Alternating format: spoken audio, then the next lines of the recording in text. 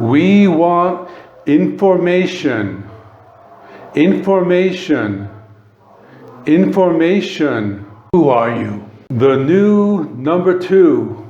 Who is number 1? You are number 6. I am not a number. I am a free man. Continuing my Iron Maiden series, we're up to The Number of the Beast. This is their 3rd album.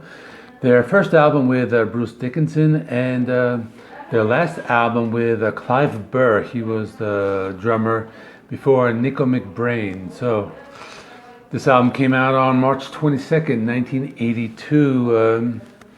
It's kind of a short album, only about like 40 minutes long, and produced by Martin Birch. So this is a really great album, but it was a controversial album. You know, if you just like look at the cover. So at that time, heavy metal was kind of considered to be like this like big like evil entity. Like it was fairly new, and you know, didn't really get the mainstream success that it has today. So when something with like a devil on it comes out, I mean, people are gonna kind of like be afraid of it. So because of that, they were kind of like labeled as like Satan worshippers. And actually, if you listen to the title track, The Number of the Beast, it's not even about that. It's based on a dream that Steve Harris had after watching a movie. I think it was one of the Omen movies. But anyway, so I had this album when I was young. I bought it maybe when I was 17 or 18, and this was always like my favorite. I think it was like one of those albums that I would always like pop in and listen to the whole thing all the way through. It's one of those albums that you know, all the songs, they're very memorable, they're catchy, you know. It's more of like an accessible album. So if you like have any friends, or if you're somebody who is new to Iron Maiden, I would kind of recommend starting with this album. It's kind of like a good introductory. The songs aren't like too long, a lot of great songs, and it's a good way to just get into the band just to start out. So let me talk about the songs now. So the first song is called Invaders, and this is an album opener that I guess like not one of the best openers. Like they usually like open with like a really killer track, but this is an okay song, but probably one of the weaker ones. I mean, I still like it, but it doesn't stand up to the others. It's fast-paced. It shows off their signature sound, and it's the first we hear of Bruce Dickenson. So song was also written by Steve Harris, and you do hear his bass on this as well. So next is Children of the Damned, and this one starts out with some clean guitars in the intro, and this is one of their first power ballads. This one really shows off Bruce Dickinson's vocal abilities as well. Kind of has the light and heavy chorus, or the light verse heavy chorus. It does get faster during the breakdown, and based on a horror film of the same name, and song was inspired by the Black Sabbath song Children of the Sea that was sung by Ronnie James Dio from the album Heaven and Hell. So actually a lot of people get those songs confused sometimes. So next is The Prisoner. That was a little skit I did in the beginning of this video based on a TV show that's just like a short dialogue. And really great song, has some heavy chords in the intro, kind of gets a little faster, and really great song that shows off Steve's bass playing, and really catchy chorus, very memorable song. Next is 22 Acacia Avenue, and this continues the story of Charlotte the Harlot. That's a song from the first album. Really good. It has that like chugging guitars in the beginning, then it goes into like that gallop, and the song has some tempo changes. There's a mid-paced verse, a fast chorus.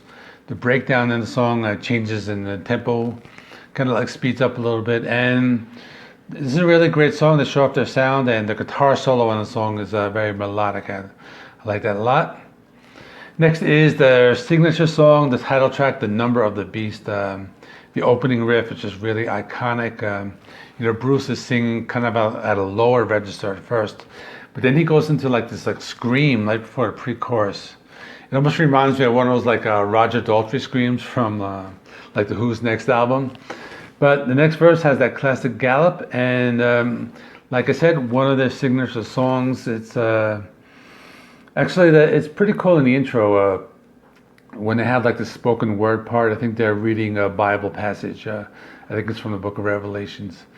And they wanted to get Vincent Price, but Vincent Price was going to charge £25,000 just to do it.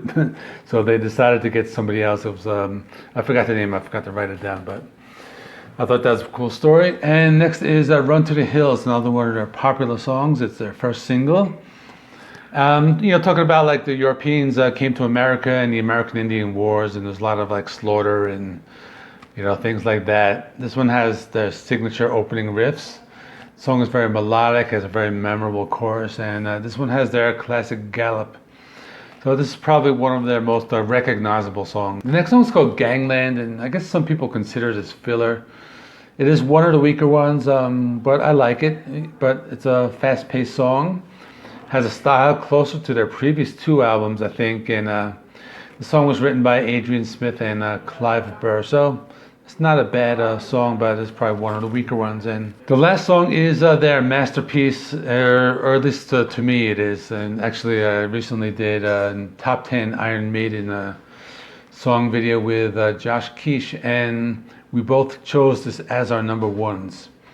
It's really one of the greatest heavy metal songs, and any list of the greatest heavy metal songs would always include this. Really great melody, great vocals, filled with great riffs. I mean, this really shows off that Iron Maiden sound, and it's also one of those songs they always play live. And there was a little bit of controversy with the song because they did kind of rip off some lyrics from this British band called Beckett. Only the first few lyrics, but they settled out of courts, and anyway, that's all over, but this is one of the most iconic songs from Iron Maiden. So that's it. This is an awesome album. I think all the songs are 10 out of 10 songs, with the exception of Invaders and Gangland, which would be maybe 7 or 8 out of 10 songs, but it's a really solid album. Like I said, if you're new to Iron Maiden, I would recommend you start here. And it's just a really good album. It's not really a satanic album. It's just they're storytellers, and that's kind of what the album is all about. So that is it. I only have 2 more albums to cover in my Iron Maiden series, which will be Killers and their first album. And those are the 2 Paul Di'Anno albums. Actually, very different types of albums.